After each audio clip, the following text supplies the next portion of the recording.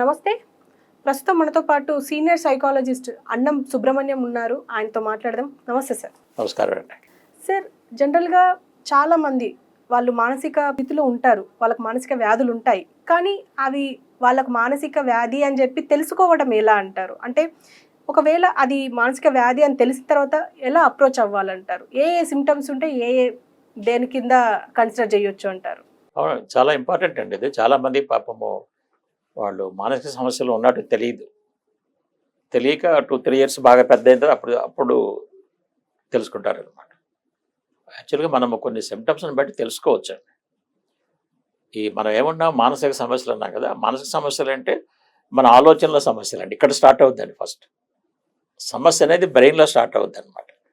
అది పెద్దది అయిన తర్వాత మన ప్రవర్తనలో కనిపించుద్ది అనమాట. ఫస్ట్ స్టార్టింగ్ ఇక్కడ కనిపించేది మన బిహేవియర్లో అనమాట. ఇప్పుడు చూద్దాం పిల్లల నుంచి పెద్దవాళ్ళ వరకు ఎలా గుర్తించాలనేది.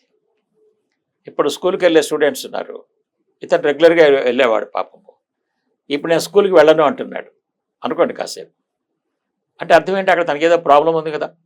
ఆ స్కూల్లో ఫ్రెండ్స్ వల్ల కావచ్చు, టీచర్స్ వల్ల కావచ్చు, లేకపోతే మార్క్స్ వల్ల కావచ్చు, దేనికో భయపడుతున్నాడంటే మానసిక సమస్యలు ఉన్నట్లెక్క.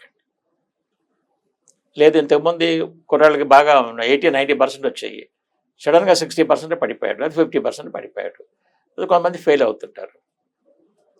అంటే మరి ఇతని బిహేవియర్లో చాలా రిజల్ట్స్లో మార్పు వచ్చిందంటే ఇక్కడ ఏదో లోపల ప్రాబ్లం నడుస్తుంది అనమాట. చదువు మీద ఇంట్రెస్ట్ అంతా తగ్గి ఉండాలి, లేదా ఏదంటే కొన్ని బ్యాడ్ హ్యాబిట్స్కి అలవాటు అయి ఉండాలి. పేరెంట్స్ తెలుసుకోవాలన్నమాట, ఎందుకు జరుగుతుంది, ఎందుకు ఈ విధంగా డౌన్ అయిపోయాడు.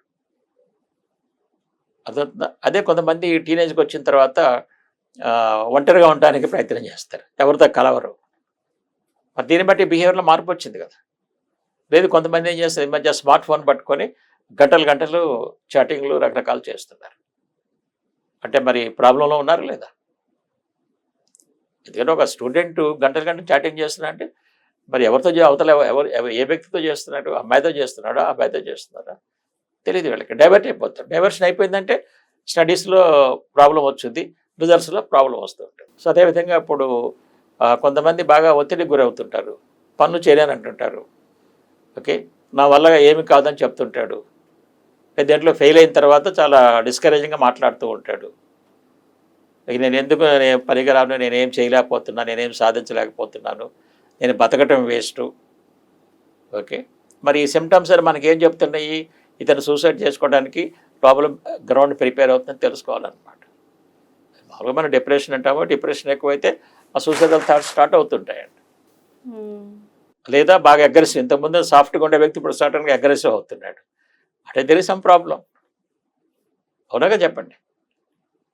లేకపోతే కొంతమంది ఏం చేస్తుంటారంటే ఇంట్లో చెప్పకుండా పారిపోతారండి, 4 రోజులు మళ్ళీ వస్తుంటాడు. అంటే మరి ఇక్కడ సైకలాజికల్ ఏదో ఇష్యూ ఉండబట్టే కదా. లేదు, కొంతమంది క్లియర్గా చెప్తుంటారు, నాకు సౌండ్స్ వినిపిస్తున్నాయి, వాడు కంట్రోల్ చేస్తున్నాడు, వీడు కామెంట్ చేస్తున్నాడు, ఇవన్నీ చెప్తుంటారు. లేకపోతే మీరు నాకు ఆహారం లేదో కలిపి పెడుతున్నారు, నన్ను ఏదో చేస్తున్నారు, వాళ్ళు నా లైఫ్ కంట్రోల్, వీళ్ళు నా లైఫ్ కంట్రోల్ చేస్తారని చెప్తుంటాడు అనమాట. లేదంటే మన ఫిజికల్ బిహేవియర్, చేతులు మళ్ళీ కడగటము, ఓకే, స్నానానికి ఎక్కువ టైం తీసుకోవటము, ఈ టైప్ ఆఫ్ ఏ సిమ్టమ్స్ కనపడినా ఇప్పుడు చెప్పుకున్నాయని కూడా బ్రీఫ్గా వీళ్ళు మానసిక సమస్యలో ఉన్నట్లు. అంటే ఒక స్టూడెంట్ అయితే స్టడీలో ప్రాబ్లమ్స్ ఉన్నా, ఆయన ప్రవర్తనలో ప్రాబ్లమ్స్ ఉన్నా, ఈయన మానసిక సమస్యలో ఉన్నాడు. అట్లానే యూత్ కూడా వాళ్ళు చేసే పనులు సరిగా చేయలేకపోయినా, సరిగా కాన్సన్ట్రేషన్ చేయలేకపోతున్నాడు అంటే మైండ్లో డిస్టర్బెన్స్ నడుస్తుంది అనమాట. అదేవిధంగా సరిగా జాబ్ చేయలేకపోతున్నాడు, ఓకే, జాబ్ మీద ఇంట్రెస్ట్ రావట్లేదు అంటే సమస్య నడుస్తుంది అనమాట. సో ఇవన్నీ కూడా వీళ్ళు మానసిక సమస్యలు ఉన్నాయని తెలుసుకోవాలి. ఇక్కడ ప్రాబ్లం ఏమవుతుందంటే కొంతమంది వీటిని పెద్ద సమస్యగా అనుకోరండి. కొంతమంది ఏమనుకుంటారంటే ఇది వాటంతట అదే పోయిద్దిలే, వయసు పెరిగేది కొద్దిగా పోతాయిలా అనుకుంటారండి. కానీ మా రీసెర్చ్ ప్రకారము ఈ మానసిక సమస్యలు మనం గుర్తించి వాటిని సాల్వ్ చేయకపోతే రోజు రోజుకి పెరుగుతూ ఉంటాయండి. ఫర్ ఎగ్జాంపుల్ డిప్రెషన్ ట్రీట్ చేయకపోతే ఆ డిప్రెషన్ పెరిగిపోయిందండి, పెరిగిపోయి సూసైడల్ థాట్స్ వస్తాయి. ఎప్పుడు చేసుకుంటే ఎవరికి తెలియదు, అయిపోయింది. తర్వాత అనుకుంటే ఉపయోగం లేదు కదా. అదేనా, ఈవెన్ స్కిజోఫ్రీనియా కానీ, బైపోలార్ కానీ, ఓసిడి కానీ ఆ ప్రాబ్లమ్స్ గుర్తించక టైం ఎక్కువైపోయి ఈవెన్ మందులు వాడిన తర్వాత కూడా చాలా సంవత్సరాలు గడిచి రిజల్ట్ రాకపోతే సూసైడల్ టెండెన్సీ డెవలప్ అవుతున్నాయి. కాబట్టి నేనేం చెప్తానంటే యాజ్ ఎ సైకాలజిస్ట్గా ఇటువంటి మానసిక సమస్యలు అబ్జర్వ్ చేసినప్పుడు వాళ్ళకి రెండు అవకాశాలు అండి. ఒకటేమన్నా సైకాలజిస్ట్ డాక్టర్ దగ్గరికి వెళ్ళి మందులు వాడుతుంటారు. రెండోది ఏంటంటే మందులు లేకుండా మానవ సైకాలజిస్ట్ దగ్గరికి వస్తే వాళ్ళ ప్రాబ్లమ్స్ని డెప్త్గా స్టడీ చేసి వాళ్ళకి థింకింగ్ మార్చి వాళ్ళ ప్రాబ్లమ్స్కి సొల్యూషన్స్ అన్నీ నేర్పి వాళ్ళని మంచిగా బయటికి తీసుకొస్తాను.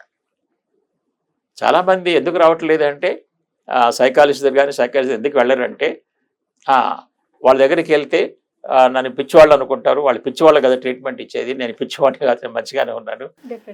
ఓకే, ఇప్పుడు ఒక ఫాదరు ఒక సన్న తీసుకురావాలనుకోండి, సన్న రాడండి, ఎదురు తిరుగుతాడు. కాబట్టి నువ్వు వెళ్ళి నేను బాగానే ఉన్నాను, నీకు పిచ్చేట్టు నువ్వు వెళ్ళంటారు. చాలామంది తెలిసింది మేము పిచ్చివాళ్ళకి కౌన్సిలింగ్ ఇవ్వండి, పిచ్చివాళ్ళకి కౌన్సిలింగ్ పనిచేయదు, మందులు పనిచేయదు. మేము ఇచ్చేది వాళ్ళకి సరైన ఆలోచన విధానం నేర్పుతాము, వాళ్ళకి ఏమేమి ప్రాబ్లమ్స్ ఉన్నాయో చక్కగా సొల్యూషన్స్ నేర్పుతామండి. ఇవంతా కూడా మేము వాళ్ళ చేత నోట్స్ రాపిస్తామండి. ఆ నోట్స్ చదువుకుంటూ ఉంటే వాళ్ళకి ఫ్యూచర్లో కూడా ఉపయోగపడతాయి. ఫర్ ఎగ్జాంపుల్ ఒక 10th క్లాస్ స్టూడెంట్ ఉందండి, నేను ఈ మధ్య కౌన్సిలింగ్ ఇచ్చాను ఒక 7-8 months బ్యాక్. అమ్మాయికి బాగా మార్కులు తక్కువ వస్తున్నాయి, మ్యాథ్స్లో ఫెయిల్ అవుతుందని వాళ్ళ ఫాదరు తీసుకొచ్చాడు. సో డీటెయిల్గా స్టడీ చేసి ఆమెకు ఒక 2 months కౌన్సిలింగ్ ఇచ్చాను. సో తర్వాత నేను చెప్పినట్టుగా ఫాలో అయింది. మన ఫైనల్ ఎగ్జామ్స్ అయిపోయి రిజల్ట్స్ వచ్చినాయి, 92% పైన వచ్చిందండి. మరి మేము ఒక ట్యాబ్లెట్ వాడలేదు, ఏం చేయలేదు. అమ్మాయికి చక్కగా థింకింగ్ నేర్పాము, సబ్జెక్ట్స్ ఎలా అండర్స్టాండ్ చేసుకోవాలో నేర్పాము, కాన్సన్ట్రేషన్ ఎలా డెవలప్ చేసుకోవాలి, ఎగ్జామ్స్ ఎలా రాయాలి, అంటే వాళ్ళ సమస్యలను బట్టి ఏమి నేర్పాలో అవి నేర్పుతాం అనమాట. అది నేర్పితే వాళ్ళు చక్కగా అంతా ఎవ్రీథింగ్ రైటింగ్ చదువుకుంటూ ఉంటే చక్కగా ఫాలో అవుతుంటారు, ఆటోమేటిక్గా సక్సెస్ అవుతారు అన్నమాట. చాలామంది స్టూడెంట్స్కి ఈవెన్ లెస్ దాన్ 20% వచ్చే వాళ్ళని కూడా 80-90% స్కోర్ అయ్యేట్టుగా కౌన్సిలింగ్ ఇస్తుంటారు స్టూడెంట్స్కి. వాళ్ళకైనా ఎమోషనల్ ప్రాబ్లమ్స్, ఈ లవ్ ఫెయిల్యూర్స్ కానీ రకరకాల ప్రాబ్లమ్స్ ఉంటాయి, వాటికి కూడా కౌన్సిలింగ్ ఇచ్చి మంచిగా చేస్తారు. ఈ డిప్రెషన్ ఉంది, డిప్రెషన్ కూడా ఎటువంటి మెడిసిన్స్ అవసరం లేదండి. మెడిసిన్స్ లేకుండా వాళ్ళ థింకింగ్ స్టడీ చేసి ప్రాబ్లమ్ స్టడీ చేసి చక్కగా సొల్యూషన్స్ డిప్రెషన్ నుంచి బయటకు రావచ్చు. అది స్కిజోఫ్రీనియా కానీ, ఓసిడీ కానీ, బైపోలార్ కానీ, ఎనీ టైప్ ఆఫ్, ఈ మధ్య ఓవర్ థింకింగ్ ఎక్కువైపోయి అది కూడా పెద్ద సమస్య, చాలామందికి తెలియదు. ఒకే విషయం మీద ఎక్కువ ఆలోచిస్తూ ఉంటాడనమాట. ఆలోచిస్తుంటే అది మంచిది కాదండి. కాబట్టి వాటికి కూడా ఎటువంటి మానసిక సమస్యలకైనా వాళ్ళని మంచిగా చేయొచ్చు, వాళ్ళ కొత్త లైఫ్ ఇవ్వచ్చు అండి వాళ్ళకి. Okay sir, thank you very much.